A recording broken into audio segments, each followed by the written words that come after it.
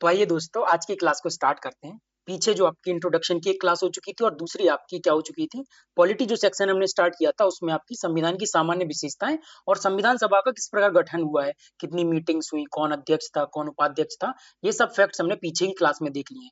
अब कई साथियों के कमेंट्स आ रहे हैं कि क्या ये सेक्शन या जो क्लास या सीरीज चल रही है आपकी, तो ये केवल एलटी ग्रेड या जीआईसी के लिए ही इंपॉर्टेंट है। तो आपको बता दें, यूपी पीसीएस हो या आरओ हो, इलाहाबाद हाईकोर्ट आरओ हो या यूपी पीसीएस आयोग के द्वारा जितने भी पेपर करवाए जाते हैं उनमें सेम पॉलिटी का ये सिलेबस है या सेम जीएस का ये सिलेबस या पैटर्न है। तो ये जो क्लासेस हैं आपकी UP PCS 2026 RO even LT grade और जीआईसी सभी के लिए सेम तरीके से इंपॉर्टेंट है। तो ऐसा मत समझिए कि एलटी ग्रेड के लिए ये क्लासेस करवाई जा रही हैं तो यूपी पीसीएस 2026 के लिए इंपॉर्टेंट नहीं है। सेम आपका सिलेबस है, सेम आपके टॉपिक्स हैं, तो ये समान रूप से सभी एग्जाम के लिए आपका इंपॉर्टेंट हो जाता है। तो इनके सभी एग्जाम की तैयारी करने वाले इनको देख सकते हैं। दो टॉपिक्स हमने देख लिए थे। अब हम क्या देखेंगे, अब हम देखेंगे फंडामेंटल राइट्स या आपका मौलिक अधिकार। तो आपको पता होगा मौलिक अधिकार आपका सबसे पहले कहाँ से लिया गया है, ये आपका अमेरिका या यूएसए से लिया गया है। ठीक है, सबसे पहले तो आपको यही पता होना चाहिए। कौन से भाग में, भाग 3 में दिया गया है। भाग 1 में क्या है आपका, भाग 1 में आपका भारत और उसका राज्य क्षेत्र है। भाग 2 में क्या है, भाग 2 में आपका नागरिकता है। भाग 3 में क्या है, भाग 3 में आपका फंडामेंटल राइट्स या मौलिक अधिकार है। और भाग 4 में आपका डीपीएसपी फंडामेंटल ड्यूटीज मतलब राज्य के नीति निदेशक तत्व हैं, मौलिक आपके क्या है, मौलिक कर्तव्य हैं। और उसके बाद इसी प्रकार भाग 5 है जिसमें आपका सेंटर दिया गया है। भाग 6 है जिसमें राज्य क्षेत्र दिया गया है। भाग 7 हटा दिया गया है। इसी प्रकार भाग 8 में यूटीज। तो आपके इसी प्रकार से आपको पूरे भाग भी याद करवाए गए हैं। आगे भी बताएंगे जो भी भाग आता जाएगा। तो आपको भाग याद करना है, अनुसूचियां याद करनी है। ये सब आपकी जो सीरीज चलती रहेगी उसमें आपको कंप्लीट भी करवाते रहेंगे। तो भाग 3 में आपका क्या है, मौलिक अधिकार है। अनुच्छेद 12 से 35 तक दिए गए हैं।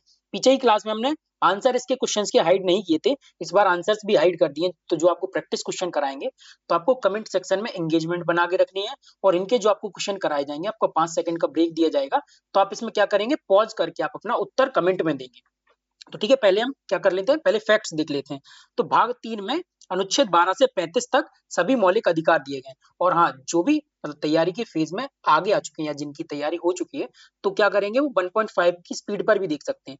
यहाँ बेसिक से करवाया जा रहा है, कई लोगों के स्टार्टिंग का फेज चल रहा है, इसलिए बिल्कुल बेसिक से भी तैयारी करवाई जा रही है। तो भाग 3 आप देखेंगे, भाग 3 में अनुच्छेद 12 से 35 तक ये आपका क्या दिया गया है, आपके मौलिक अधिकार दिए गए हैं।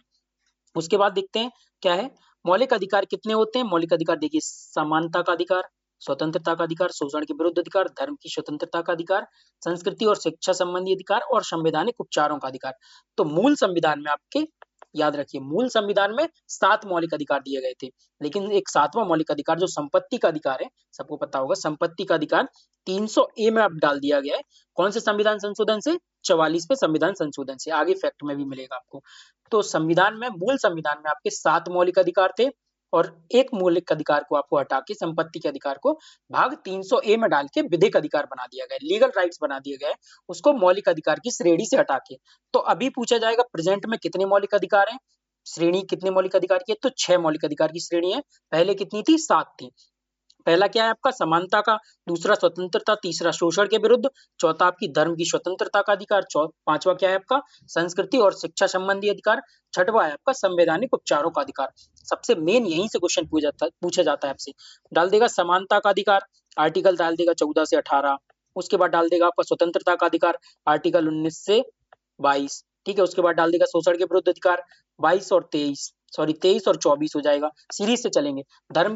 धर्म की स्वतंत्रता का अधिकार क्या हो जाएगा, 25 से 28 हो जाएगा। उसी प्रकार संस्कृति और शिक्षा संबंधी अधिकार आपका 29-30 हो जाएगा। संवैधानिक उपचारों का अधिकार आपका क्या हो जाएगा, आर्टिकल 32 हो जाएगा। तो इसी प्रकार से आपके क्या पूछे जाते हैं, मिलान में आपके क्वेश्चन पूछे जाते हैं, आगे आपको दिखाएंगे। अब देखिए, भारतीय संविधान में मौलिक अधिकारों को राज्य के कृत्यों के विरुद्ध एक गारंटी के रूप में स्थान दिया गया है। राज्य के कृत्यों के विरुद्ध एक गारंटी के रूप में स्थान दिया गया मतलब क्या है कि यदि मौलिक अधिकार का राज्य उल्लंघन करते हैं तो इसके लिए आप क्या कर सकते हैं, आप कोर्ट जा सकते हैं, सुप्रीम कोर्ट, हाई कोर्ट में जा सकते हैं। उसके बाद देखिए, आर्टिकल 352 के तहत राज्य की आपातकालीन घोषणा की प्रवर्तन की स्थिति में क्या, अनुच्छेद 358 और 59 के प्रावधानों के अंतर्गत ही मूल अधिकारों का निलंबन किया जा सकता है। मतलब 352 आर्टिकल आपको आगे भी बताएंगे। तो 352 क्या होता है, जब आपका राष्ट्रीय आपात लगाया जाता है, जब आपके राष्ट्रीय आपात की उद्घोषणा की जाती है या उसको लगाने की जब बात की जाती है, तो उस स्थिति में क्या होता है, अनुच्छेद 358 और 359 के प्रावधानों के अंतर्गत ही मूल अधिकारों का क्या किया जाता है, निलंबन किया जा सकता है। 358 क्या कहता है कि आर्टिकल 19 स्वतः ही निलंबित हो जाएगा जब आपकी राष्ट्रीय आपात की स्थिति होगी। 359 क्या कहता है, आर्टिकल 20 और 21 को छोड़ के, मतलब 20 और 21 को छोड़ के जब राष्ट्रीय आपात लगाया जाएगा तो सारे मूल अधिकारों का निलंबन किया जा सकता है। ठीक है, ये आपको आगे बताएंगे भी, और भी जो फैक्ट आगे आएंगे। संविधान का अनुच्छेद 14, अब देखिए आपको बताया कि भाग 3 में आर्टिकल 12 से 35 तक आपके क्या दिए गए हैं, 12 से 35 तक अनुच्छेद जो दिए गए हैं उनमें मौलिक अधिकारों संबंधी प्रावधानों की चर्चा की गई है। तो सबसे पहले देखते हैं आर्टिकल 12 जिसमें राज्य की परिभाषा दी गई है। उसके बाद है आपका आर्टिकल 13। आर्टिकल 13 क्या कहता है, आर्टिकल 13 कहता है कि राज्य मौलिक अधिकारों को कम नहीं कर सकते हैं, राज्य मौलिक अधिकारों को खत्म या कम नहीं कर सकते हैं। यदि करते हैं तो क्या करेंगे, सुप्रीम कोर्ट सीधा उनका निलंबन कर सकता है, उन जो भी आपके प्रावधान किए गए होंगे। तो आपको आर्टिकल 12 और आर्टिकल 13 समझ में आएगा। उसके बाद देखते हैं आर्टिकल 14। संविधान का अनुच्छेद 14 क्या कहता है, यह सुनिश्चित करता है कि किसी भी व्यक्ति के को विधि के समक्ष क्षमता एवं विधियों के समान संरक्षण से वंचित नहीं किया जाएगा। आर्टिकल 14 कहता है कि किसी भी व्यक्ति को विधि के समक्ष समानता, मतलब लॉ के समक्ष समानता, विधि के समक्ष सभी व्यक्ति समान होंगे और विधियों के समान संरक्षण से वंचित नहीं किया जाएगा। मतलब सभी के लिए लॉ समान होंगे और विधि के समान सभी समान होंगे, मतलब कि लॉ के आगे किसी भी व्यक्ति के साथ भेदभाव नहीं किया जाएगा। तो ये हो गया आपका आर्टिकल 14। उसके बाद देखते हैं भारतीय संविधान में समानता के अधिकार को अनुच्छेद 14 से 18 तक कुल 5 अनुच्छेदों में वर्णित किया गया है। समानता को जो आपको अधिकार बताया था, आर्टिकल 14 से लेके आपके आर्टिकल 18 तक कुल 5 अनुच्छेदों में वर्णित किया गया है। तो देखिए देख ही लेते हैं। विधि के समक्ष समानता आर्टिकल क्या है आपका, 14 है। विधि के समक्ष समानता आपको बताया था कि लॉ के समक्ष सभी व्यक्ति समान होंगे, ये आपका आर्टिकल 14। आपको सभी आर्टिकल ऐसे ही लाइन बाई लाइन याद करने हैं। धर्म, मूल वंश, जाति, लिंग या जन्म स्थान के आधार पर विभेद का प्रतिषेध करता है कौन सा आर्टिकल, आपका आर्टिकल 15। आर्टिकल 15 क्या कहता है कि राज्य के समक्ष कोई भी व्यक्ति धर्म, मूल वंश, जाति, लिंग या जन्म स्थान के आधार पर किसी भी व्यक्ति के साथ भेदभाव नहीं किया जा सकता। ये क्या है आपका आर्टिकल 15। आर्टिकल 16 क्या कहता है, लोक नियोजन के विषय में अवसर की समानता होगी। लोक नियोजन मतलब सरकारी नौकरियों में सभी व्यक्तियों को अवसर की समानता होगी और धर्म, मूल, जाति, लिंग, जन्म स्थान के आधार पर किसी भी व्यक्ति के साथ भेदभाव नहीं किया जा सकता है। उसके बाद देखते हैं अस्पृश्यता, छुआछूत का अंत आपका आर्टिकल 17 में दिया गया है। उपाधियों का आपका निषेध या उपाधियों का अंत आपका आर्टिकल 18 में दिया गया है। ये आपको सभी आर्टिकल याद करने हैं। जैसे आप बनाइए आर्टिकल 14 विधि के समक्ष समानता, आर्टिकल 15 की आपका क्या है, किसी भी व्यक्ति के साथ सार्वजनिक स्थानों पर भेदभाव नहीं किया जाएगा। आर्टिकल 16 सरकारी नौकरियों में अवसर की समानता होगी। उसी प्रकार आर्टिकल 17 छुआछूत या अस्पृश्यता का अंत, आर्टिकल 18 उपाधियों का अंत। तो ये आपके क्या है, आपकी ये समानता का अधिकार आर्टिकल 14 से 18 तक दिया गया है। उसके बाद देखिए आर्टिकल 19 से 22 तक स्वतंत्रता का अधिकार, जो आपको श्रेणी बताई थी ना, समानता का अधिकार, स्वतंत्रता का अधिकार, शोषण के विरुद्ध अधिकार, धर्म की स्वतंत्रता, संस्कृति और शिक्षा, और उसके बाद संवैधानिक उपचारों के अधिकार। तो यही श्रेणी वाइज हम चल रहे हैं। तो सबसे पहले हमने क्या देखा है, सबसे पहले देखा आपका समानता का अधिकार, उसके बाद देख रहे हैं हम स्वतंत्रता का अधिकार। तो 19 से आर्टिकल 22 तक क्या है आपके स्वतंत्रता के अधिकार की चर्चा की गई है। आर्टिकल 19 क्या कहता है, अभिव्यक्ति की स्वतंत्रता सहित कुल 6 प्रकार की स्वतंत्रताएं प्रदान की गई हैं। आर्टिकल 19 के अंतर्गत अभिव्यक्ति की स्वतंत्रता के सहित क्या की गई है, कुल 6 प्रकार की स्वतंत्रताएं प्रदान की गई हैं। देख लेते हैं इसको श्रेणी में कैसे बांटा गया है। आर्टिकल 19 एक का सब क्लॉज का क्या कहता है, सब क्लॉज का या सब क्लॉज ए ऐसे याद कर सकते हैं। आर्टिकल 19 क्लॉज एक का सब क्लॉज का या सब क्लॉज ए, तो क्या कहता है ये, वाक एवं अभिव्यक्ति की स्वतंत्रता के अंतर्गत ही समाचार पत्रों की स्वतंत्रता भी निहित मानी जाती है। तो आर्टिकल 19 का ए क्या कहता है, मतलब आर्टिकल 19 क्लॉज ए का सब क्लॉज ए क्या कहता है कि वाक एवं अभिव्यक्ति की स्वतंत्रता होगी, बोलने और अभिव्यक्ति करने की आपको स्वतंत्रता होगी। तो ये हो गया आपका, एक मिनट यहाँ से, ये हो गया आपका आर्टिकल 19 का सब क्लॉज ए। उसके बाद देखते हैं बी क्या कहता है। पहले देख लीजिए, उच्चतम न्यायालय ने अनेक निर्णयों में सूचना के अधिकार को अनुच्छेद 1 के का के अंतर्गत वाक एवं अभिव्यक्ति की स्वतंत्रता के अधिकार में निहित माना है। मतलब 19 1 का ए, एक से याद करिए, मतलब ए से याद रखिए, अब बार बार 19 1 का ए नहीं बोलेंगे। तो अनुच्छेद 19 का ए क्या कह रहा है कि आपका वाक एवं अभिव्यक्ति की स्वतंत्रता होगी, जिसमें आपका क्या समायोजित किया गया है, सूचना के अधिकार को समायोजित किया गया है। उसके बाद देखते हैं बी। अब भी क्या कहता है, शांतिपूर्वक एवं निरायुध सम्मेलन की स्वतंत्रता होगी। शांतिपूर्वक एवं निरायुध, निरायुध का मतलब होता है कि बिना शस्त्रों के, मतलब शस्त्र रहित, शांतिपूर्वक एवं शस्त्र रहित सम्मेलन की स्वतंत्रता होगी, आपका आर्टिकल 19 के 1 के बी में। ठीक है, तो इसको याद कैसे रखेंगे, यदि याद रखना हो तो बी से देखिए, बी से कैसे याद रखना है, आपसे पूछा जाएगा 19 क्लॉज ए का सब क्लॉज बी है, सब क्लॉज खा, तो बी से आपको याद रखना है bullet and gun, bullet and gun के, गन से रहित, मतलब ना ही बुलेट होगी ना गन का प्रयोग होंगे, तो शांतिपूर्वक एवं निरायुध सम्मेलन की स्वतंत्रता होगी, तो बी को आपको बुलेट से याद रखना है। उसके बाद देखेंगे आप 19 एक का गा या सी को आप कैसे याद रखेंगे, देखिए सी दिया गया, पहले देखते हैं सी में क्या है, संगम या संघ या सहकारी सोसाइटी बनाने की स्वतंत्रता होगी, मतलब आपको क्या होगी, कोई भी संघ बनाने की आपको स्वतंत्रता होगी, किसमें, सी में दिया गया है। तो सी से आप कैसे याद रख सकते हैं, कोऑपरेटिव सोसाइटी से याद रख सकते हैं, सी या सी से सीधा सोसाइटी या सहकारी सोसाइटी या संघ संगम, सी से सीधा संगम संघ सहकारी सोसाइटी या कोऑपरेटिव सोसाइटी, इंग्लिश में किसी भी प्रकार से आप याद रख सकते हैं। उसके बाद है आपका डी, तो आपको डी क्या है, डी में आपका क्या दिया गया है, भारत के राज्य क्षेत्र में सर्वत्र अबाध संचरण, थोड़ी सी हिंदी टफ है लेकिन समझिए, सर्वत्र अबाध संचरण मतलब किसी भी भेदभाव या किसी भी प्रकार से आप भारत में किसी भी क्षेत्र में घूम सकते हैं, मतलब कि संचरण की स्वतंत्रता होगी आपकी, सर्वत्र आबाद, बिना रोक टोक के आपको किसी भी क्षेत्र में आप टहल सकते हैं या किसी भी क्षेत्र में घूम सकते हैं, ऐसा नहीं कि यूपी का व्यक्ति एमपी में नहीं जा सकता, एमपी का व्यक्ति राजस्थान में, तो किसी भी क्षेत्र में आप घूम सकते हैं। तो क्या हुआ, 19 एक के घा या डी में क्या कहा गया, भारत के राज्य क्षेत्र में सर्वत्र अबाध संचरण की स्वतंत्रता। तो डी से आपको क्या याद रखना है, डी से आप बनाइए डोलना, कहते नहीं कि वह व्यक्ति डोलता रहता है, डोलता रहता है, तो डी से आप डोलना बनाइए। तो डोलने की स्वतंत्रता आपको किस अनुच्छेद के अंतर्गत है, 19 के 1 के डी में।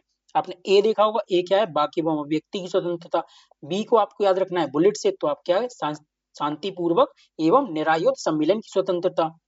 उसके बाद सी को आपको बताया कोऑपरेटिव सोसाइटी, संगम, संघ बनाने की स्वतंत्रता। डी आपको डोलने की स्वतंत्रता, आपको डी में दिया गया है। उसके बाद देखते हैं क्या है आपका, उसके बाद है आपका ई, उसके बाद है आपका ई, तो ई में क्या कहा गया, भारत के राज्य क्षेत्र के किसी भी भाग में निवास या बस जाने की स्वतंत्रता, मतलब आप भारत के किसी भी क्षेत्र में रह सकते हैं, किसी भी क्षेत्र में बस सकते हैं, इसकी स्वतंत्रता आपको आर्टिकल 19 ए के डी या डा में दी गई, गा में दी गई है। अब देखिए इसको याद कैसे रखेंगे, ई से आप क्या याद रखेंगे, ई से स्टे याद रखिए, E S T A Y, E को स्टे, स्टे ऐसे याद रख सकते हैं। तो ई से आप स्टे बनाएंगे तो किसी भी क्षेत्र में स्टे करने की आपको स्वतंत्रता होगी। देखिए जिसको याद है उसके लिए कोई बड़ी बात नहीं है कि आपको लग रहा होगा क्या बेहूदी ट्रिक है, लेकिन जिसको याद नहीं होते ना आर्टिकल, जिसको ट्रिक्स या फैक्ट्स याद नहीं होते, तो ऐसे निमोनिक्स कुछ बना के आप याद रखते हैं, जब एग्जाम में लाइन से आपको 4 लगाने के लिए आएंगे तब कंफ्यूजन क्रिएट होती है। अभी तो लग रहा होगा बहुत ईजी, लेकिन जब 4 आपके मिलान करने के लिए आती है ना, तब कंफ्यूजन होती है, और 2 आप मिला लेंगे ना, 2 में कंफ्यूजन रहेगी तो आप गलत करके आएंगे। इस बार का यूपी पीसीएस का पेपर उठा के देख लीजिए, सेम यही पैटर्न दिया उसने, 2 को 1 मिला लिया तो दूसरा मिल गया, लेकिन आपको सी और डी भी मिलाना होगा, मतलब आप एक ऑप्शन से आप मिलान को नहीं मिला सकते, जैसे पहले एलिमिनेट हो जाता था, लेकिन अब आपको चारों ऑप्शन आने चाहिए, इसलिए आपको ऐसी ट्रिक्स बनानी पड़ेगी। बी से आपको बुलेट बताया, सी से आपको कोऑपरेटिव सोसाइटी, डी से डोलना, ई से एस्टे, तो आप ऐसे याद रख सकते हैं। उसके बाद देखिए ई के बाद एफ छोड़ दिया गया है, जिसमें या चा या एफ आपका छोड़ दिया गया है, हटा दिया गया है इसको। उसके बाद देखते हैं क्या है, 19 एक का आपका छा, मतलब कि ई एफ तो आ गया, ये आपका जी, ठीक है, अब आ गया जी, तो यहाँ देखिए छा, 19 एक का छा क्या कहता है, कोई वृत्ति, उपजीविका, व्यापार या कारोबार करने की आपको स्वतंत्रता प्रावधान किया गया है, किसमें, आर्टिकल 19 एक के छा में या जी में। तो आपको कैसे याद रखना है, जी से आप याद रख सकते हैं जीविका, आजीविका, जीविका या पेशा, कोई भी पेशा चुनने का आपकी स्वतंत्रता होगी। तो जी से आप जीविका याद रख सकते हैं। आपको बी से बुलेट बताया, सी से संघ बताया, कोऑपरेटिव सोसाइटी बताई, डी से डोलना बताया, ई से एस्टे बताया आपको, जी से आप जीविका याद रख सकते हैं। तो आपको आर्टिकल 19 के 6 जो सब क्लॉज हैं वो आप क्लास में ही याद हो गए होंगे। उसके बाद देखते हैं 44वें संविधान संशोधन अधिनियम 1978। देखिए एक और ट्रिक बताते हैं आपको, यदि आपको 42वें की सन याद नहीं रहती और 44वें की सन याद नहीं रहती है, पहले तो आपको ये पता होना चाहिए 42वें जब संविधान संशोधन क्या था आपका, बहुत ही मतलब जोर देने वाला संविधान संशोधन था, इसमें बहुत ही हार्ड नियम लागू किए गए थे, और 44 में उनको ईज कर दिया गया था थोड़ा सा, इनको ऐसे आप याद रख सकते हैं। तो क्या था, 42वां संविधान संशोधन जब लागू किया गया था, किस सन में किया गया था, 1976 में। तो देखिए 4+2 आपका लास्ट का अंक याद हो जाएगा 6। उसी प्रकार 44वां संविधान संशोधन 1978, 4+4 8 हो जाएगा। तो कुछ ऐसे भी ट्रिक, कई बार ऐसे क्वेश्चन पूछ दिया जाएगा, 44वां संविधान संशोधन आपका किस सन में लागू हुआ था, या 42वां संविधान संशोधन किस सन में लागू हुआ था। जब ऐसे याद होगी, अब आप कभी नहीं भूलेंगे। 42वां 4+2 1976, 44वां 4+4 1978। तो ऐसे याद करेंगे तो आपको लाइफ टाइम या लंबे समय तक याद रहेगा। उसके बाद देखते हो आर्टिकल 19 तक हो गया था। अनुच्छेद 20 क्या कहता है, अपराधों के लिए दोष सिद्धिवश के संबंध में संरक्षण, मतलब अपराधी ठहराए जाने पर संरक्षण कौन सा संविधान का आर्टिकल देता है, आर्टिकल 20। इसका संबंध किससे है, अपराधी ठहराए जाने पर संरक्षण देते हैं। उसके बाद अनुच्छेद 21 है, प्राण एवं दैहिक स्वतंत्रता के संरक्षण से संबंधित है। आपका कौन सा, आर्टिकल 21। आर्टिकल 21 क्या है, जीवन का अधिकार, ये आपका प्राण एवं दैहिक स्वतंत्रता के संरक्षण से संबंधित है। ये आपका बहुत ही इंपॉर्टेंट आर्टिकल है। आर्टिकल 21 कई बार पूछा गया है। आप जैसे पीवाईक्यू देखेंगे, आपको यहाँ क्वेश्चन सॉल्व करवाए जाएंगे, तो आर्टिकल 21 सबसे ज्यादा पूछा जाने वाला आर्टिकल है आपका। तो क्या कहता है ये आर्टिकल 21, प्राण एवं दैहिक स्वतंत्रता है जिसमें जीवन का अधिकार दिया गया। और आर्टिकल 21 का ए, आर्टिकल 21A क्या कहता है आपका, राइट टू एजुकेशन, ये भी आपको याद रखना है। उसके बाद देखते हैं भारतीय संविधान के अनुच्छेद 21 में प्रयुक्त दैहिक स्वतंत्रता शब्दावली में संचरण अर्थात कहीं भी जाने का अधिकार या विदेश भ्रमण का भी अधिकार निहित है। तो देखिए कई आर्टिकल होते हैं, जब इनका एक्सप्लेनेशन दिया जाता है कोर्ट के द्वारा, तो उनको भी हमें पढ़ना होता है। तो इसमें क्या दिया गया, आर्टिकल 21 के तहत जो प्रयुक्त दैहिक स्वतंत्रता है, उसमें क्या है, विदेश भ्रमण भी निहित है। जैसे पासपोर्ट रखने का अधिकार, विदेश भ्रमण करने का भी अधिकार, निद्रा का भी अधिकार। कई बार ऐसे भी अधिकार दिए गए हैं जो आप देखेंगे तो उनको लगे कि बहुत ऐसे अधिकार कैसे, मतलब। तो आपको आर्टिकल 21 में जैसे विदेशी भ्रमण का अधिकार दिया गया है, ठीक है, आपको निद्रा का अधिकार दिया गया है, बाबा रामदेव वाले केस में दिया गया है, पासपोर्ट रखने का अधिकार। तो इस प्रकार के आपके क्या करता है, सुप्रीम कोर्ट एक्सप्लेनेशन देता है, तो उसी के अंतर्गत पूछा जाता है कि विदेश भ्रमण का अधिकार किस आर्टिकल या किस अनुच्छेद से संबंधित है, या आपको पासपोर्ट रखने का अधिकार किस अनुच्छेद से संबंधित है, स्वच्छ जल या वायु या हवा का संरक्षण का अधिकार किस अनुच्छेद के अंतर्गत है। तो इस प्रकार से भी क्वेश्चन पूछे गए हैं। उच्चतम न्यायालय ने उन्नी कृष्णन बनाम आंध्र प्रदेश मामले में संविधान के अनुच्छेद 21 के कार्य क्षेत्र का विस्तार कर शिक्षा के अधिकार को उसमें शामिल किया। ये आपको बताई दिया है, आर्टिकल 21A शिक्षा के अधिकार से संबंधित है। अब आर्टिकल 22 देखते हैं, कुछ दशाओं में गिरफ्तारी और निरोध से संरक्षण का प्रावधान है, कि जब आपको मनमानी गिरफ्तारी हो जाती है या निवारक निरोध, जो आपने सुना होगा कि आपका निवारक निरोध किया जाता है, तो उस प्रकार की गिरफ्तारी और मनमानी गिरफ्तारी से संरक्षण आपको कौन देता है, आर्टिकल 22 देता है। अनुच्छेद 22 में कुछ दशाओं में गिरफ्तारी मतलब मनमानी गिरफ्तारी या निवारक नजरबंदी जो रखा जाता है, निवारक नजरबंदी किया जाता है, निवारक नजरबंदी या निरोध से संरक्षण का प्रावधान आपका अनुच्छेद 22 करता है। अनुच्छेद 23 क्या है, मानव के दुर्व्यापार और बलात्श्रम का प्रतिशोध करता है। यहाँ से 22 तक आपका क्या हो गया था, आपको बताया था 19 से 22 आपका स्वतंत्रता का अधिकार है। अब देखिए अनुच्छेद 23 और आपका 24 क्या है, शोषण के विरुद्ध अधिकार है आपका। तो अनुच्छेद 22 है आपका अनुच्छेद 23 है आपका मानव के दुर्व्यापार और बलात्श्रम का प्रतिषेध करता है। उसी प्रकार आपका अनुच्छेद 24 क्या करता है, 14 वर्ष से कम आयु के बालकों को कारखानों, खनन इत्यादि परिसंकटमय क्षेत्रों में नियोजन से निषिद्ध करता है। मतलब 14 वर्ष से छोटे आयु के बच्चों को क्या है, आप रोजगार में नियुक्त नहीं कर सकते। जैसे कारखानों में, खनन इत्यादि ऐसे कुछ संकट क्षेत्र होते हैं, हजार्डियस जो क्षेत्र होते हैं, हजार्डियस सेक्टर होते हैं, उनमें आप क्या कर सकते हैं, उनको रोजगार में संलिप्त नहीं कर सकते हैं। तो ये हो गया आपका आर्टिकल 23 और 24 जो आपके शोषण के विरुद्ध अधिकार है। उसके बाद देखते हैं 25 से आपका 28 है धार्मिक स्वतंत्रता का अधिकार। तो अनुच्छेद 25 के अंतर्गत क्या है, प्रत्येक व्यक्ति को अपने धर्म का प्रचार करने का अधिकार है, जिसमें सिखों को कृपाण रखने का, जो आपने पंच कक्के सुना होगा कि कंघी, कच्छा, कृपाण, और आपके ये 5 प्रकार के पंच कक्के होते हैं जो सिखों का आपका कृपाण रखने के अधिकार दिए गए हैं।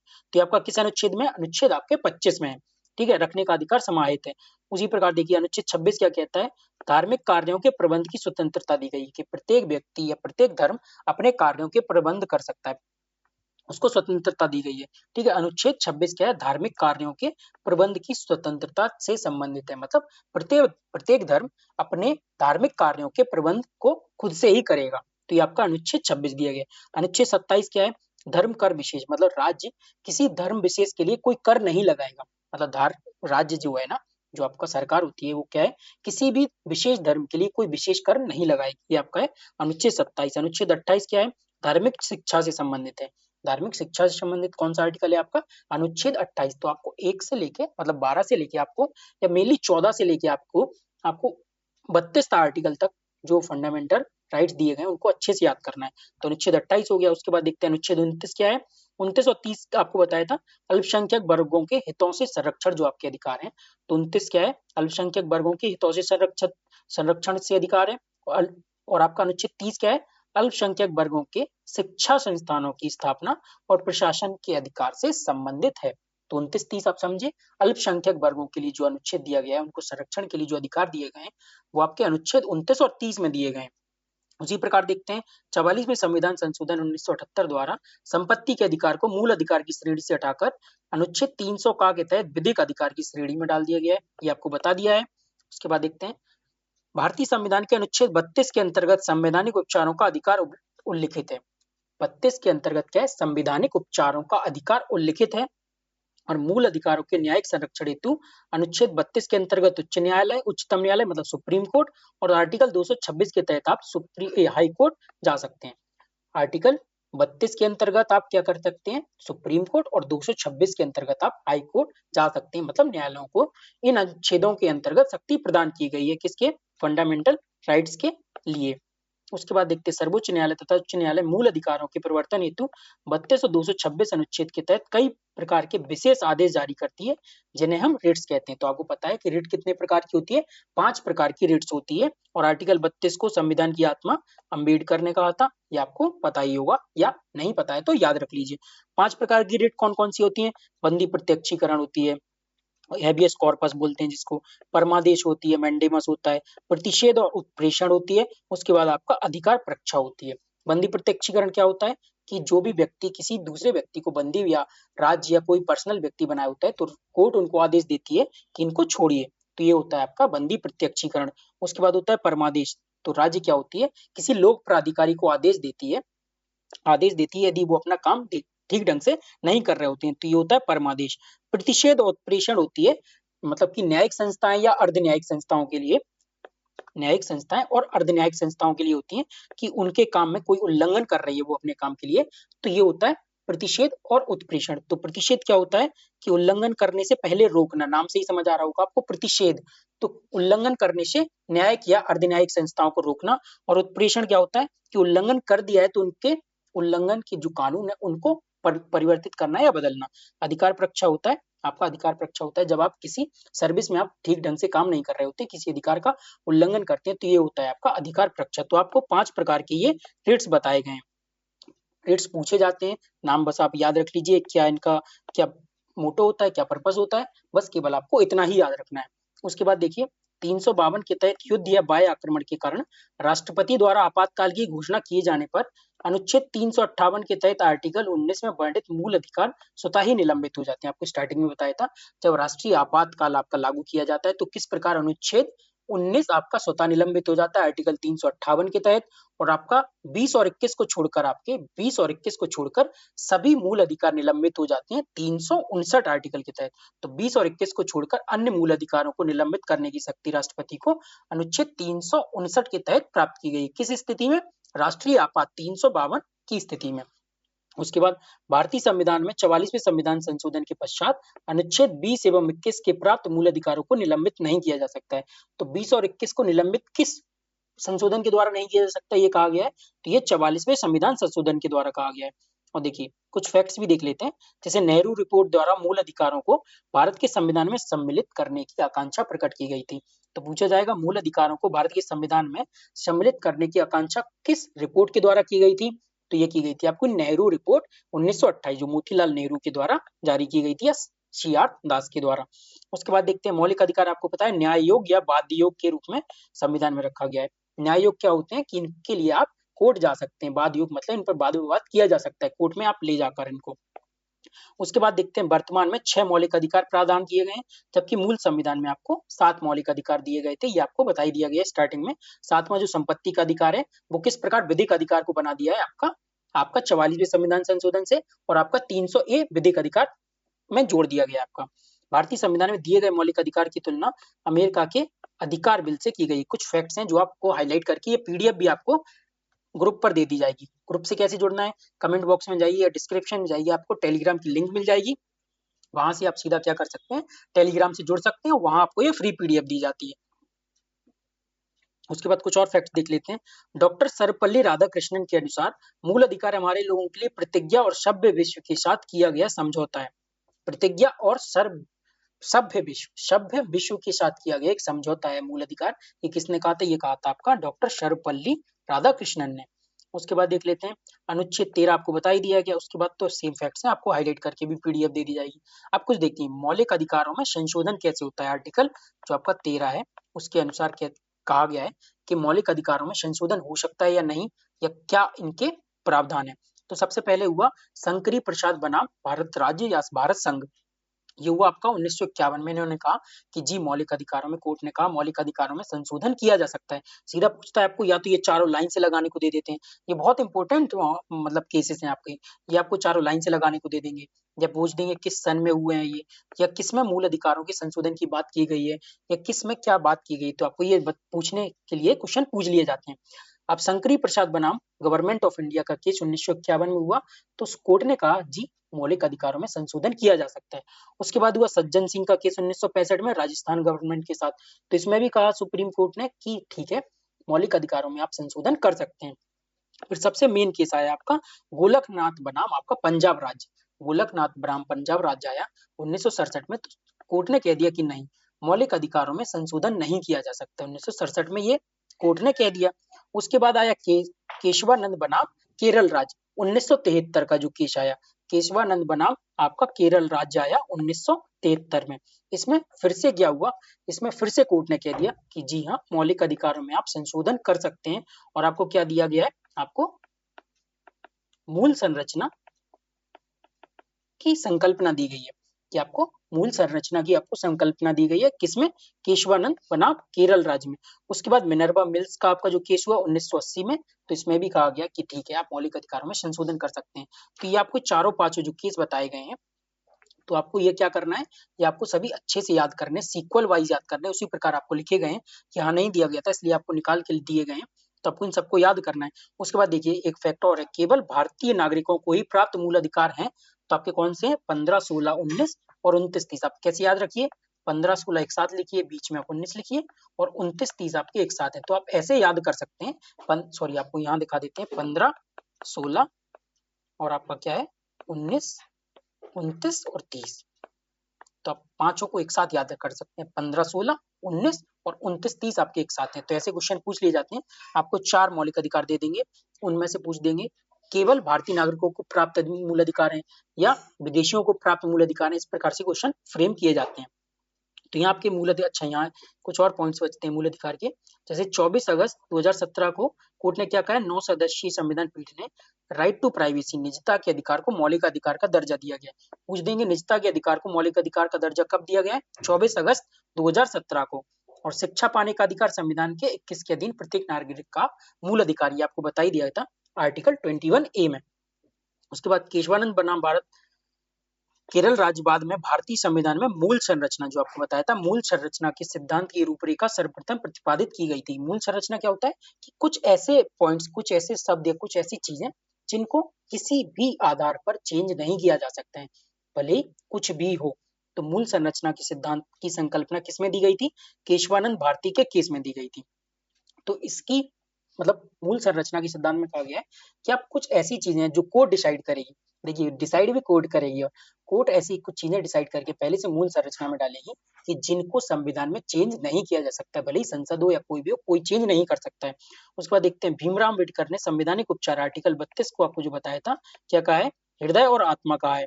भारतीय संविधान के अनुच्छेद 32 के अंतर्गत कुछ कुल 5 प्रकार की जो रिट्स हैं जो आप ऊपर से देख लीजिए, 5 प्रकार की रिट्स आपको पढ़ाई दी गई। तो यहाँ आपका मौलिक अधिकार कंप्लीट होता है। अब यहाँ से देख लेते हैं इसके कुछ क्वेश्चंस है मौलिक अधिकार के, उनको एक बार स्पीड में देख लेते हैं, और आप 1 या 2 सेकंड का आपको ब्रेक दिया जाएगा, या आप चाहें तो पॉज करके क्या करेंगे, आप कमेंट में इनका आंसर देंगे। देखिए ईमानदारी से आंसर दीजिए, तभी क्या होता है, एंगेजमेंट बढ़ती है, और एंगेजमेंट बढ़ने से आप सीखते हैं कुछ। तो पहला क्वेश्चन क्या है, निम्नलिखित में से किस अधिकार को भीमराव अम्बेडकर या बी आर अम्बेडकर द्वारा संविधान का दिल या आत्मा कहा गया था? बहुत ही ईजी है, कई बार सुना होगा, अभी भी पढ़ा दिया है। अब बताइए, धार्मिक स्वतंत्रता का अधिकार, संपत्ति का अधिकार, समानता का अधिकार, संवैधानिक उपचारों का अधिकार। पॉज कीजिए और अपना आंसर दीजिए। तो आपको पता है संविधान का दिल और आत्मा आर्टिकल 32 किसको कहा था? बी आर अम्बेडकर ने। आर्टिकल 32 संवैधानिक उपचारों का अधिकार, तो इसका आंसर क्या हो जाएगा? डी। ठीक है, कमेंट में अपना आंसर जरूर दिया कीजिए, इससे एंगेजमेंट बढ़ती है और आपके सीखने की प्रवृत्ति भी काफी इंक्रीज होती है।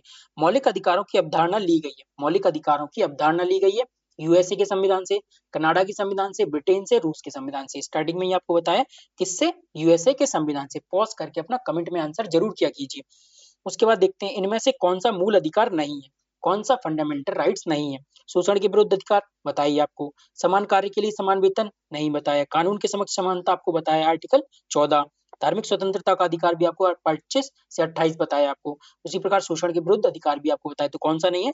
समान कार्य के लिए समान वेतन, ये आपका आर्टिकल 39 में दिया गया है, जो आपका क्या है? डीपीएसपी या नीति निदेशक तत्व है आपका।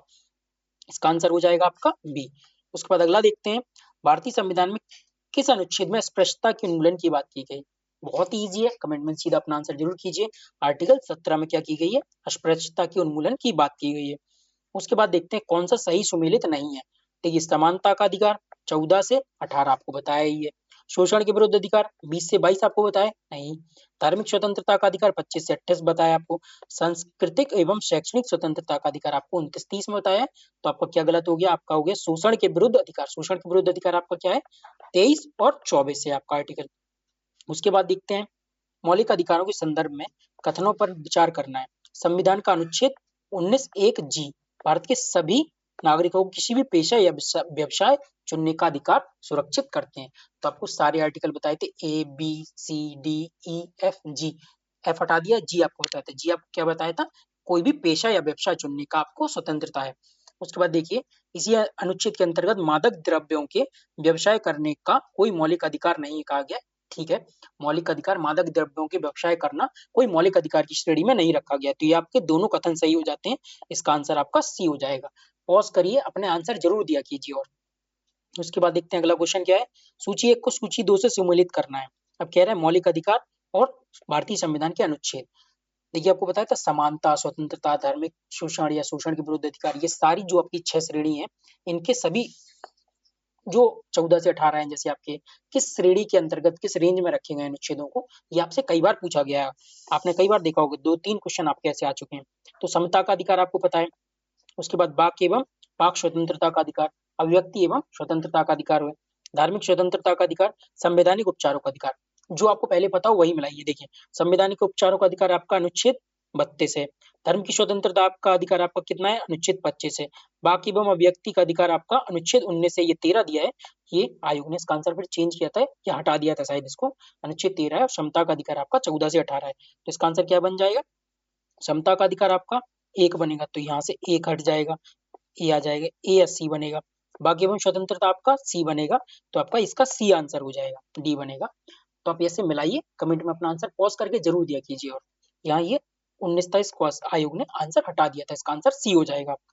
अगला अगला क्वेश्चन देखते हैं, संविधान का कौन सा अनुच्छेद बच्चों के शोषण के निषेध को बचाता है, मतलब बच्चों के शोषण का निषेध करता है? कौन सा अनुच्छेद? तो आपको बताया था 23 क्या है और 24 आर्टिकल, दोनों में कंफ्यूजन मत रखिए। 23 में क्या है? 23 में आपको बताया था बेगार, बलात् श्रम, और 24 में बताया था कि बच्चों का जो शोषण, मतलब रोजगार में जो शोषण होता है, कारखानों, खनन इत्यादि में इनको लगाया जाता है, तो ये आपका अनुच्छेद 24 में आपकी श्रेणी में रखा गया है। तो इसका आंसर आपका डी हो जाएगा। ठीक है, अगला क्वेश्चन देखते हैं, वह अनुच्छेद जिसे सर्वोच्च न्यायालय ने इस प्रकार व्याख्यात किया है जिसमें समस्त कल्पनीय मानवाधिकार सम्मिलित हो गए हैं? अनुच्छेद 14, अनुच्छेद 19, 21 या 23? बताइए कमेंट में पॉज करके आंसर क्या है। वह अनुच्छेद जिसे सर्वोच्च न्यायालय ने इस प्रकार व्याख्यात किया है समस्त कल्पनीय मानवाधिकार सम्मिलित हो गए हैं, तो इसका आंसर आपका हो जाएगा आर्टिकल 21, इसका आंसर सी हो जाएगा। एक दो और क्वेश्चन है, देख लेते हैं।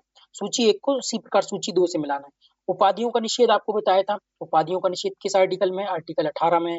धार्मिक मामलों में प्रबंधन की स्वतंत्रता आपको किस आर्टिकल में दी गई है? आर्टिकल धार्मिक मामलों में आर्टिकल किस में दी गई है आपकी? आर्टिकल 26 में दी गई है। अल्पसंख्यकों के लिए आपका आर्टिकल 29 है। शिक्षा का अधिकार आपका आर्टिकल 21A है। तो इस प्रकार आप इसका आंसर सही टिक कर लेंगे। देखिए, यूपीपीसीएस के बीओ एग्जाम में भी आपका ये 2020 में पूछा गया है, तो ऐसे क्वेश्चन फंडामेंटल राइट से आपसे बहुत सारे क्वेश्चन हर एग्जाम में पूछे जाते हैं, तो इसको आपको बहुत अच्छे से करना है, बहुत ही अच्छे और बारीकी से करना है इसको। उसके बाद देखते हैं यहाँ से आपके डीपीएस या राज्य के नीति निदेशक तत्व स्टार्ट होते हैं। तो राज्य के नीति निदेशक तत्व आपको पता है आयरलैंड से लिए गए हैं।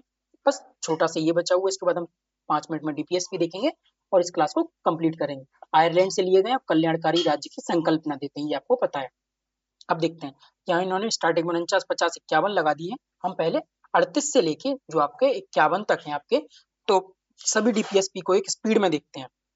आर्टिकल 38 क्या कह रहा है कि राज्य लोक कल्याण की अभिवृद्धि के लिए सामाजिक व्यवस्था बनाएगा। ये आपका आर्टिकल 38 जो इंपॉर्टेंट होगा वो आपको हाईलाइट करके एक तो दे दिया जाएगा और दूसरा क्लास में भी उसको याद करवाने की कोशिश की जाएगी या फिर आपको बताया जाएगा कि ये इंपॉर्टेंट है, तो उसको आपको अच्छे से याद करना है। आर्टिकल 29 में क्या है, राज्य द्वारा अनुसरणीय कुछ नीति निदेशक तत्व हैं आपके ये, जैसे पुरुष और स्त्री को समान रूप से आजीविका प्राप्त हो, मतलब स्त्री और पुरुष दोनों को समान रूप से आजीविका के समान अवसर प्राप्त हो। ये आपका दिया गया है 39A में, आर्टिकल 39A में, ये आपका डीपीएसपी है। उसी के बाद भौतिक संसाधनों का वितरणकारी न्याय उपलब्ध हो।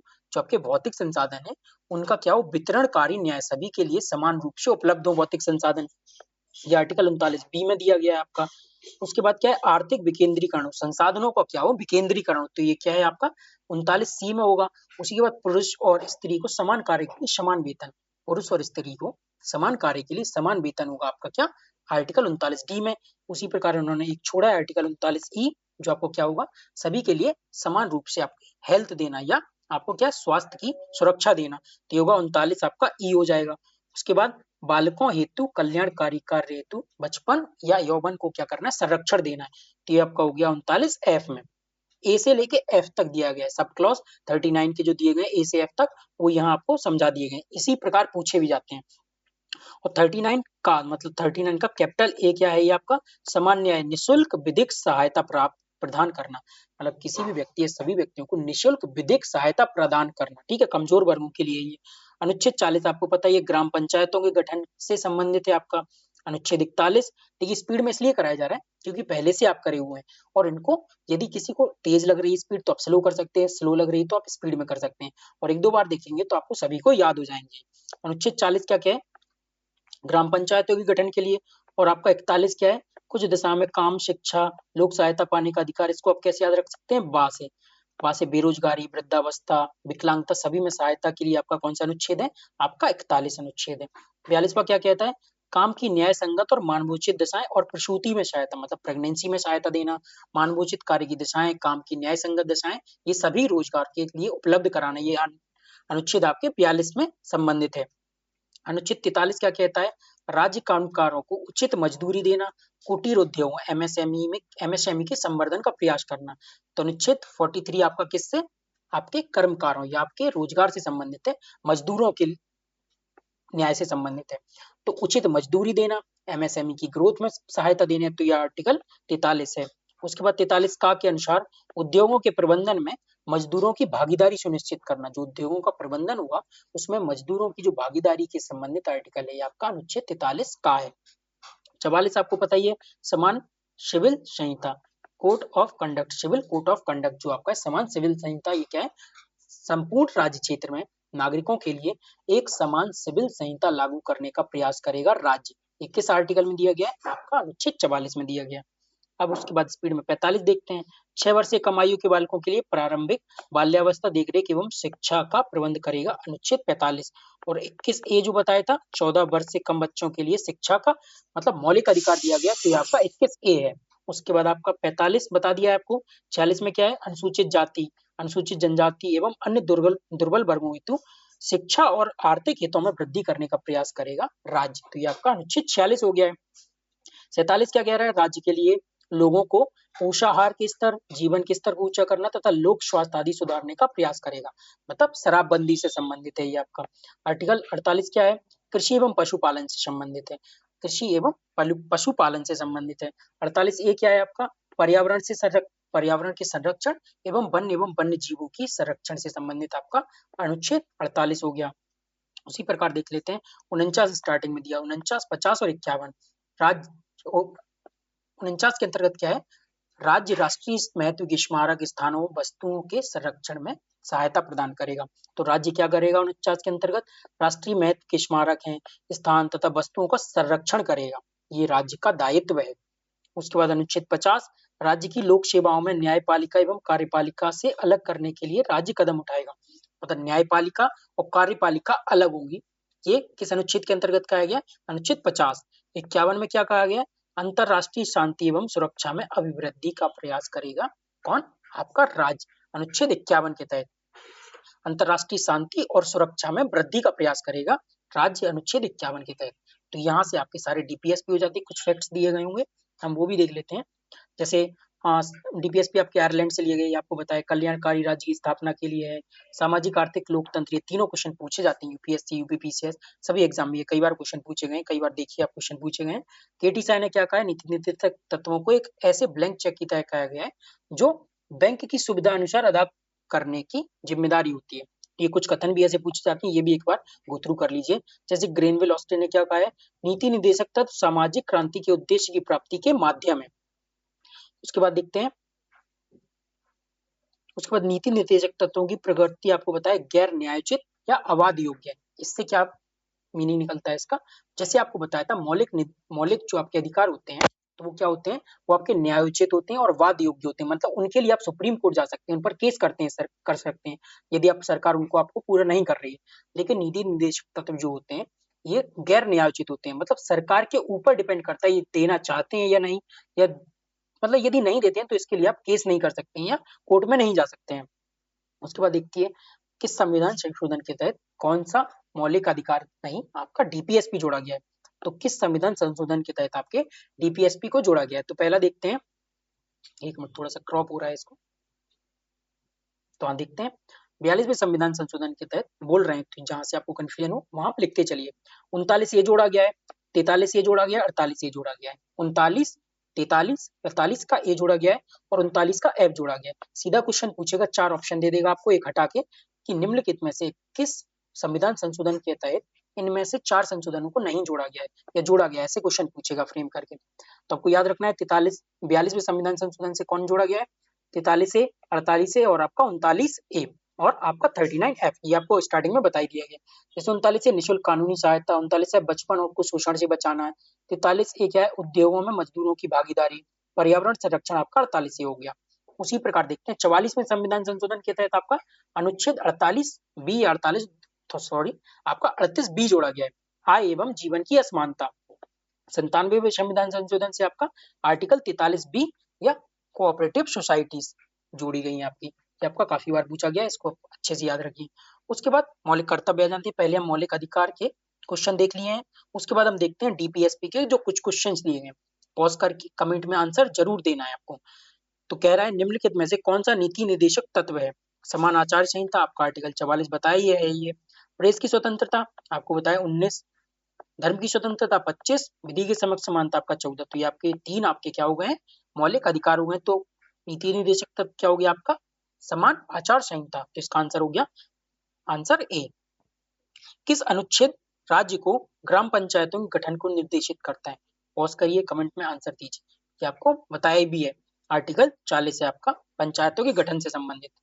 निम्नलिखित में से कौन सा राज्य का नीति निर्देशक सिद्धांत भारतीय संविधान में बाद में जोड़ा गया है? भारतीय संविधान में बाद में जोड़ा गया, आपको बताया 42वें संविधान संशोधन, 44 और 97वें संविधान संशोधन के तहत डीपीएसपी में कई संविधान बाद में जोड़े गए। ग्राम पंचायतों का गठन आपको बताया आर्टिकल 40 पहले से ही था। गोवध निषेध आपका आर्टिकल 44 पहले से ही था। मुफ्त कानूनी सहायता आपको और कौन सा आर्टिकल था? 39 कैपिटल ए। ये आपको किस 42वें संविधान संशोधन के तहत जोड़ा गया है? इसका आंसर ये हो जाएगा सिविल मतलब समान नागरिक संहिता, ये आपका आर्टिकल 44 पहले से ही था। ये 3 पहले से थे, 39 ये आपका बाद में जोड़ा गया है। तो मुफ्त कानूनी सहायता, इस प्रकार से ही क्वेश्चन पूछे जाते हैं। जीआईसी हो, एलटी ग्रेड हो, पीसीएस हो, आरओआर हो, इसी प्रकार से क्वेश्चन फ्रेम करके पूछे जाते हैं। और मौलिक अधिकार हो गया, डीपीएसपी हो गया, फंडामेंटल राइट्स हो गया आपका, मौलिक कर्तव्य, तो इनसे 2 से 3 क्वेश्चन हर साल जरूर ही आते हैं। तो इसीलिए इन क्वेश्चनों को इतना डीप में पढ़ना आवश्यक है। भारत के संविधान में अंतर्राष्ट्रीय शांति और सुरक्षा को प्रोत्साहन देना सन्निहित है, ये आपको पता ही है। संविधान की प्रस्तावना में, टीपीएसपी में, मौलिक कर्तव्यों में या नवम 9वीं अनुसूची में। तो आपको भी नीति निर्देशक तत्व पढ़ा रहे हैं, तो ऑब्वियस सी बात है इसका आंसर क्या हो जाएगा, बी आंसर हो जाएगा। और आपको ये स्टार्टिंग में ही बताया, अंतर्राष्ट्रीय शांति और सुरक्षा किस अनुच्छेद के तहत है, अनुच्छेद 51 के तहत है। अगला प्रश्न, राज्य के नीति निदेशक जो तत्व हैं, कौन सा अनुच्छेद राज्य को निर्देशित करता है कि भी उद्योगों के प्रबंधन में कामगारों की सहभागिता सुनिश्चित करें। उद्योगों के प्रबंधन में, तो आपको बताया था मजदूरों से संबंधित आपका अनुच्छेद 43 है, और जो बाद में 43A 42वें संविधान संशोधन से जोड़ा गया है, तो इसका आंसर क्या हो जाएगा, अनुच्छेद 43A, आंसर ए हो जाएगा इसका। राज्य के नीति निर्देशक तत्व सहज अध्ययन के लिए निम्नलिखित में से कौन से भागों में विभाजित किए जा सकते हैं, समाजवादी, गांधीवादी, उदार, बौद्धिकवादी। तो इसका आंसर हो जाएगा डी, सभी भागों में जोड़ा गया है, गांधीवादी में भी जोड़ा गया है, समाजवादी में भी बांटा गया है, उदार बौद्धिकवादी में भी बांटा गया है, तो कई कैटेगरियों में आपके डीपीएसपी को बांटा गया है। उसके बाद देख लेते हैं, समान कार्य के लिए समान वेतन भारत के संविधान में सुनिश्चित करता है। इजी सा हो गया आपका ऑप्शन बी डीपीएसपी। पॉज करके आपको आंसर जरूर देना है, एंगेजमेंट बनाइए। आप क्या होता है, कमेंट करेंगे, टाइप करेंगे, तो आपको लंबे समय तक ये याद रहेगा, ठीक है। उसके बाद सेम यही है, 40, 41, 44, 88। 40 आपको बताया पंचायतों के गठन से संबंधित है, 41 आपको बताया, देखिए 40 आपके ग्राम पंचायतों के गठन से संबंधित है, 41 आपका हो गया, देखिए 44 आपका समान नागरिक संहिता हो गया, 48 आपका कृषि एवं पशुपालन के गठन से संबंधित है। तो आपका इसका आंसर क्या हो जाएगा, एक का 1, बी का 2, सी का 3 और डी का 4। तो ये चारों लाइन से दिए गए हैं आपके। उसके बाद आ जाते हैं आपके मौलिक कर्तव्य, स्पीड में मौलिक कर्तव्य को भी खत्म करेंगे और फिर इस क्लास का अंत करेंगे, फिर आगे से हम दूसरे टॉपिक उठाएंगे। अब मौलिक कर्तव्य देख लीजिए, भारतीय संविधान में मूल कर्तव्य सोवियत संघ के संविधान से लिए गए। मौलिक कर्तव्य कहाँ से लिया गया है, आपका यूएसएसआर के संविधान से लिया गया है, और डीपीएसपी आपके आयरलैंड से लिए गए हैं। फंडामेंटल राइट्स आपके मौलिक अधिकार यूएसए के संविधान से लिए गए हैं। मौलिक कर्तव्य को सरदार स्वर्ण सिंह, बहुत अच्छे से याद रखिए, सरदार स्वर्ण सिंह समिति की संस्तुति पर, उनके आधार पर क्या किया गया है, 42वें संविधान संशोधन के तहत 1976 में भाग 4 के अंतर्गत जोड़ा गया है। आपको सरदार स्वर्ण सिंह समिति बहुत अच्छे से याद रखनी है। इन्होंने क्या किया था, 12 सदस्य थे इस समिति में, और 8 फंडामेंटल ड्यूटीज को इन्होंने क्या किया था, संस्तुति की थी इसकी, लेकिन संविधान में 10 जोड़ी गई थी। फिर एक संविधान संशोधन के द्वारा, 86वें संविधान संशोधन के द्वारा आपका 11वां मूल कर्तव्य जोड़ा गया है। तो अनुच्छेद 51 का के तहत मौलिक कर्तव्य की संख्या टोटल कितनी है, 10 है, और स्वर्ण सिंह समिति ने आपको कितनी बताई थी, 8 बताई थी। संविधान में 10 जोड़े गए थे, 11वां मूल कर्तव्य आपका 86वां संविधान संशोधन के तहत जोड़ा गया था। मेन आपके इतने ही फैक्ट, इसी से आपके क्वेश्चन बन जाएंगे। उसके बाद देख लेते हैं कि कौन कौन से आपके मौलिक कर्तव्य हैं। तो 51A है आपका, क्या है, देखिए एक ये भी देख लीजिए, 99 में JS वर्मा समिति का गठन किया गया था मौलिक कर्तव्यों को प्रभावी बनाने के लिए। उसके बाद पहला संविधान का जो आपका पालन करने का अधिकार है, ये आपका जो मौलिक कर्तव्य है कौन सा है, संविधान का पालन करना और उनके आदर्शों, संस्थाओं और राष्ट्र में राष्ट्रध्वज, राष्ट्रगान का आदर करना, पहला आपका मूल कर्तव्य है। दूसरा क्या है, राष्ट्रीय आंदोलन से प्रेरित करने वाले उच्च आदर्शों को, मतलब राष्ट्रीय आंदोलनों के आदर्शों का क्या करना है, उनका पालन करना या उनको हृदय में संजोए रखना, ये आपका मौलिक कर्तव्य है। संप्रभुता, एकता एवं अखंडता की रक्षा करना और उसे अक्षुण्ण रखना आपका मूल कर्तव्य है। अगला डी क्या है आपका, देश की रक्षा करना। ये 3 आपको याद करने होंगे। उसके बाद यहाँ से आप चाहें तो मैं ट्रिक्स के माध्यम से आपको याद करवा देता हूँ। जैसे डी से आप डिफेंस बना सकते हैं, लेकिन हाँ कंफ्यूजन 19 में जो आपका ABCD का कराया आपको वहां नहीं करिएगा, और यहाँ दोनों को अलग अलग पढ़ के दिमाग में इसलिए फ्रेमिंग कीजिएगा। डी से आपको वहां डोलना बताया, इसलिए यहाँ डी से आपका क्या हो गया, डिफेंस, देश की रक्षा करना और राष्ट्र की सेवा करना आपका मूल कर्तव्य है। उसके बाद ई हो गया आपका समरसता और समान भ्रातृत्व की भावना का निर्माण करना, और उसके बाद ऐसी प्रथाओं का त्याग करना जो स्त्रियों के सम्मान के विरुद्ध है। तो ई से आप स्त्री बना सकते हैं। उसके बाद देखिए एफ से क्या है, सामसिक संस्कृति की गौरवशाली परंपरा का महत्व समझना और उसका परिरक्षण करना आपका क्या है, मूल कर्तव्य है। हमारी सामसिक जो कंपोजिट कल्चर है हमारा, उसका क्या करना, गौरवशाली परंपरा का महत्व समझना और उसका परिरक्षण करना हमारा क्या है, मूल कर्तव्य है। किस आर्टिकल के तहत, एफ 19 आपका आर्टिकल 51A के सब क्लॉज एफ के तहत। एफ से आप FCC कर सकते हैं, कंपोजिट कल्चर, ऐसे याद कर लीजिए। उसके बाद देखिए जी आपका क्या है, प्राकृतिक पर्यावरण की, जिसके अंतर्गत वन, झील, नदी और वन्य जीव है, रक्षा और उनका संवर्धित करना क्या है आपका, प्राणी मात्र के प्रति दया भाव रखना आपका एक मूल कर्तव्य है। तो जी से आपका क्या हो गया, ग्राउंड एनवायरनमेंट, प्राकृतिक पर्यावरण मतलब ग्राउंड लेवल का जो एनवायरनमेंट है उसकी आपको रक्षा करना, प्राणी की, वन, झील, नदी इन सब का आपको रक्षा और संवर्धित करना आपका क्या है मूल कर्तव्य है। एच से आपका हो गया ह्यूमनिस्टिकल अप्रोच, वैज्ञानिक दृष्टिकोण, मानववाद, ज्ञानार्जन तथा सुधार की भावना को विकसित करना आपका मूल कर्तव्य हो गया। उसके बाद है आपका सार्वजनिक संपत्ति को सुरक्षित रखना, सार्वजनिक संपत्ति को सुरक्षित रखना और हिंसा से दूर रहना भी आपका मूल कर्तव्य है। आई से इसलिए हो गया आपका इंटीग्रेटेड एसेट्स, इंटीग्रेटेड एसेट्स को आपको सुरक्षित रखना और हिंसा से दूर करना आपका क्या है मूल कर्तव्य है। उसके बाद व्यक्तिगत और सामूहिक गतिविधियों में सभी क्षेत्रों में उत्कर्ष की ओर बढ़ना, सतत प्रयास करना जिससे राष्ट्र निरंतर आगे बढ़ते रहे, ये आपका एक मौलिक कर्तव्य है। ये आपके क्या है आर्टिकल जे में दिया गया है। जे से आप बना सकते हैं ज्वाइंट सुपीरियोरिटी, व्यक्तिगत और सामूहिक गतिविधियों में। तो जैसे ज्वाइंट कुछ ऐसा निमोनिक्स बनाइए जिससे आपको दिमाग में फ्रेमिंग रहे, कंफ्यूजन हो तो आप सीधा याद रखिए कौन कौन से आपके मौलिक कर्तव्य हैं।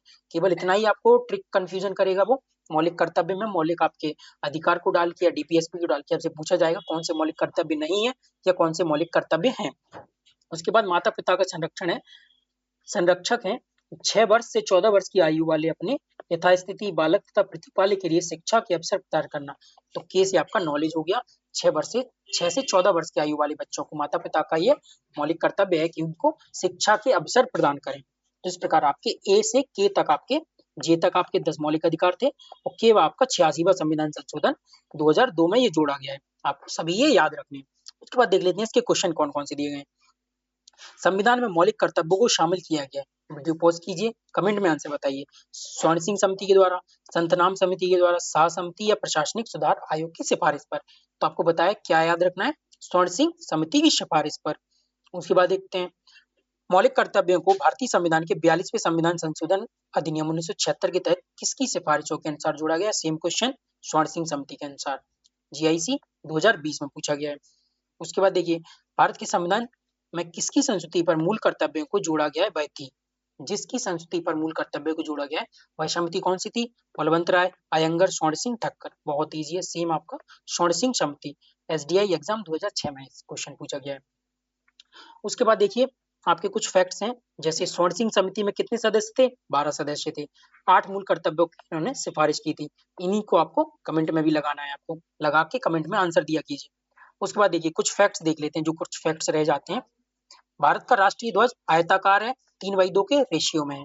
अशोक चक्र में 24 तीलियां हैं, याद रखना है। वर्तमान राष्ट्रीय ध्वज को पिंगली वेंकैया द्वारा तैयार किया गया है। वर्तमान राष्ट्रीय ध्वज को किसके द्वारा तैयार किया गया है, पिंगली वेंकैया के द्वारा तैयार किया गया है। और राष्ट्रीय ध्वज संविधान सभा का कब आपको स्वीकृत किया गया, 22 जुलाई 1947 को। 22 जुलाई 1947 को राष्ट्रीय ध्वज को संविधान सभा के द्वारा स्वीकृत किया गया है। कुछ फैक्ट्स हैं जो आपको याद होने चाहिए, कई बार एग्जाम में पूछ दिए जाते हैं। जैसे भारत का राज्य चिन्ह सारनाथ है, जो सारनाथ है कह रहा हूँ, राज्य चिन्ह सारनाथ स्थित आपका जो अशोक चिन्ह है, आपका राज्य चिन्ह है जो अशोक स्तंभ वो सारनाथ स्थित है, उसको कब आपका अपनाया गया था, 26 जनवरी 1950 को। इसी प्रकार राष्ट्रगान 24 जनवरी 1950 को संविधान के द्वारा अपनाया गया था, अंगीकृत किया गया था। और गायन की अवधि आपको पता है 52 सेकंड होती है। राष्ट्रगान को सर्वप्रथम 27 दिसंबर 1911 को, कुछ फैक्ट्स ऐसे हैं जो आपको याद होने चाहिए या आपको इवन पता तो होने ही चाहिए। राष्ट्रगान को कब अपनाया गया था, 27 दिसंबर 1911 को कांग्रेस के कलकत्ता अधिवेशन में गाया गया था सर्वप्रथम। और कांग्रेस के 1911 का जो कलकत्ता अधिवेशन था, जब राष्ट्रगान गाया गया था, तो ये आपको हिस्ट्री में आपने पढ़ा होगा, इसके अध्यक्ष कौन थे, विशन नारायण धर थे या विशन नारायण डार थे जो आपके। राष्ट्रगान के रचयिता रविन्द्रनाथ टैगोर है, पता ही है। राष्ट्रगीत के रचयिता आपके बंकिम चंद्र चटर्जी हैं, दोनों में कंफ्यूजन मत होइएगा। ये मैं हटा भी सकता था, लेकिन कई लोगों को कुछ कुछ चीजों में कंफ्यूजन होती है, पता नहीं होता, इसलिए इन फैक्ट्स को डाला गया है। और बंकिम चंद्र चटर्जी ने अपने उपन्यास आनंद मठ के अंतर्गत राष्ट्रीय गीत वंदे मातरम को लिखा था। ये बहुत बेसिक फैक्ट्स हैं, आपको पता ही होने चाहिए। राष्ट्रीय गीत को सर्वप्रथम 1896 में भारतीय राष्ट्रीय कांग्रेस के कलकत्ता अधिवेशन में गाया गया था और यह राष्ट्रीय कांग्रेस का 12वां अधिवेशन था। उसी प्रकार राष्ट्रीय कैलेंडर सक्षम पथ पर आधारित है और 22 मार्च 1957 को अपनाया गया था। याद रखिए 22 मार्च 1957 को राष्ट्रीय कैलेंडर अपनाया गया था। हमारी राष्ट्रीय जलीय जीव कौन सी है, आपकी डॉल्फिन है, जिसका आपका वैज्ञानिक नाम क्या है, प्लेटानिस्ता गैंगेटिका। गैंगेटिक डॉल्फिन इसीलिए इसको बोलते हैं, तो इससे आप याद रख सकते हैं। राष्ट्रीय पक्षी हमारा मोर है, जिसका वैज्ञानिक नाम पावो क्रिस्टेशियस है। पाबो क्रिस्टेशियस है आपका, इसको आपको याद रखिए, कई बार वैज्ञानिक नाम में कंफ्यूजन कर देगा।